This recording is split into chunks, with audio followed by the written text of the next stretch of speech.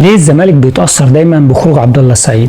خلينا نتفق ان عبد الله السعيد مش مجرد لعيب بصير كويس او ان هو لعيب بينظم الهجمات لنادي الزمالك وبس، لا، تعالى هوريك في الهجمات عبد الله السعيد بيعمل ايه حتى في الهجمات اللي على نادي الزمالك. عبد الله بيعتبر هو قائد الفريق، هو اللي بيعرف يخرج الفريق، وهو في نفس الوقت لما يكون في هجمه على نادي الزمالك بيعرف يوقف الفريق صح. علشان كده عبد الله لما خرج فريق بيراميدز لقى اريحيه كتير ان هو يعرف يتحرك ما بين خطوط نادي الزمالك. بيراميدز بقى له حوالي نص دقيقه بيحاول يخرج بالكوره، بيمرر الكرة بالعرض ومش لاقي مخرج، وده لان قبلها انا شايف عبد الله في الملعب بيوجه زمايله مين يمسك مين ومين يروح فين.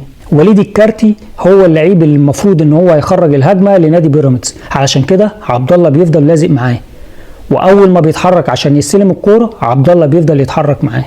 وليد الكارتي بيبص وراه بيلاقي ان عبد الله لسه ما زهقش ومكمل معاه. وليد طبعا بيوجه زمايله ان هم يلعبوا الكوره بعيد عنه ومحدش يسلم له.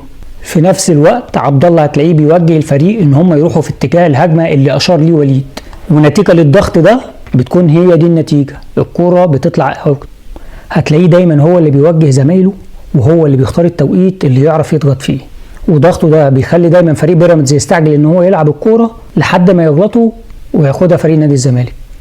علشان كده دور عبد الله مهم جدا في ان هو بيعرف يوظف زمايله وبيعرف ان هو يحركهم ويعرف ان هو يوجههم، وده فعلا بيبقى هو دور القائد الحقيقي، وخبره عبد الله تسمح له بكده.